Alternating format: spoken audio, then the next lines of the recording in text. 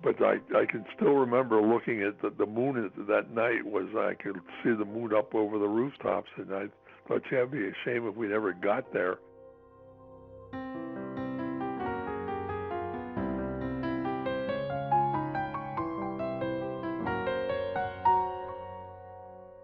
From the Museum of Science in Boston, this is Pulsar, a podcast where we answer the most awesome questions we get from our visitors. I'm your host, Eric, and we needed 2 episodes to tackle the question, what is the fastest thing in the universe? Last week we found out the answer is light, which is too bad for any civilization such as our own that would like to explore the universe in less than 1 trillion years. Light is super fast on a human scale, but very slow on a cosmic scale. But what if we could bend or break the rule that nothing in the universe can go faster than light speed? What if the fastest thing in the universe could go much, much faster and carry humans? Now we have found ourselves leaving behind our current capabilities and limitations and entering the realm of science fiction. My guest today is Jack McDevitt, an award-winning author whose works include human civilizations that have broken the speed of light barrier and begun to explore beyond the solar system. Jack, thanks so much for joining me on Pulsar. Oh, my pleasure. In your worlds, or I should say universes you've created, light is not the fastest thing. So when you're imagining faster than light space travel, where do you start? Basically, with a Star Trek idea, I guess. I remember attending a science fiction conference one time, and they had me on a panel, and one of the questions that came up was, how does the star drive work? A couple of the other guys who were there tried to explain what kind of system they used, and I said, well, I just push a button. I just push a button and we go, which is basically what they did on Star Trek. They talked about the warp speed.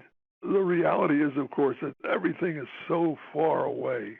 Just try to get to Alpha Centauri, which is the closest star, of course. If we could go 1,000,000 miles an hour, which is considerably better than we can do, but if we could go 1,000,000 miles an hour, it would take us about 3,000 years to get there. Imagine that. The really ironic part of it is if you go 1,000,000 miles an hour, you're not going to get there because you're going to hit a rock on the way, and that's going to destroy the ship. Right. The universe is mostly empty, but it's not empty enough. No, that's correct. You know, something that's kind of intriguing that I ran into at one point. The sun could have exploded 5 minutes ago, and if it did, you and I wouldn't know about it yet. We live in the Milky Way galaxy, which back in the 1920s, people used to think that was the universe. And, of course, it's just one small galaxy in the middle of 1 billion of them. I think we lose sight of just how big a galaxy is. The Earth is 28,000 light years from the center of the galaxy, which means that if somebody at the center of the galaxy had a big spotlight aimed it toward where we were going to be and turn the thing on, that you could go back 2,000 years and then go do the same thing 13 more times before the light would reach you.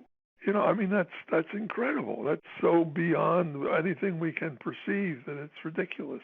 Yeah, it's beyond anything that we can comprehend. We talked about it last week in our first part of the episode that light speed is not just the speed limit for objects, it's the speed limit for information, where you can't send a signal instantly anywhere in the universe. It has to go only as fast as the speed of light. Doesn't matter for our everyday lives, but it matters when we send a signal out to spacecraft who are taking pictures of Pluto. It will really matter if we're trying to explore the stars. I mean, 4-year delays, 10-year delays, 100-year delays in sending a signal that says turn left.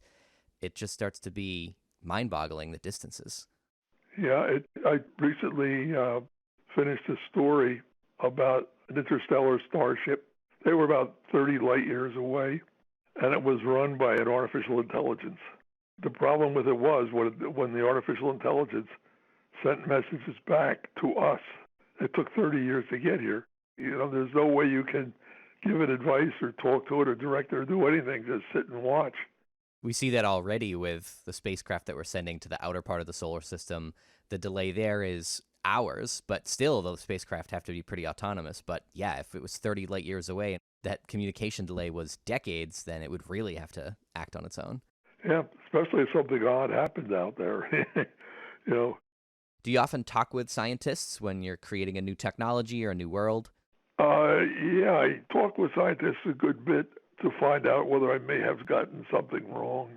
the details of what I'm trying to work out. That's really been a good experience because I discovered early on that, I can call a university a lot of times and get to the physics department. And whoever picks up the telephone, and I say, okay, and I'm working on a story, blah, blah, blah. What might we see in a star that would tell us that the star was an artificial object? And then the response I got to that question was, holy cats, you got to be kidding. Let me think about it for a minute, And ultimately, I think we got talking about lithium. I don't remember. But I got the answer to my question. And, I went from there, went back and wrote the thing. But that's the kind of question you ask. And it's, in my experience, scientists love it. I have never asked anybody to help with an issue and not got a reasonable response. I've never been turned down, never been laughed at. They're great. So do you have to do calculations for the time it takes to get from point to point to keep the technology consistent within a story? Not really, no. It's I try to stay away from the details as much as I can. I might say, okay, so going to take us 8 days to get there or something like that. But there's no math involved in it because I don't get into how fast the warp speed is or anything like that. And do you think we'll ever actually achieve faster than light travel in real life? I don't think it's ever going to happen, period. Einstein says it ain't going to happen. That tells me that it probably won't.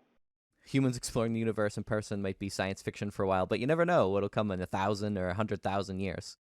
It's one of the reasons, by the way, I should mention that I am very skeptical about these UFO stories I hear. It's really hard to believe that there's anybody coming here from another star. They don't say hello or do anything except fly through the sky. Yeah, inventing the technology to get all the way here and then just kind of hanging out in the clouds and flashing lights. Doesn't seem very likely, right? That's certainly my perspective on it. So finally, what advice do you have for aspiring authors who would like to write stories about a universe where faster than light travel is possible? Do something other than simply find aliens that we can fight with. That is, by and large, what I saw in the movies, and it's dull. It's more interesting to look at issues. It's one of the reasons, I guess, that I wound up with a lot of missing aliens. What we wound up doing was archaeology.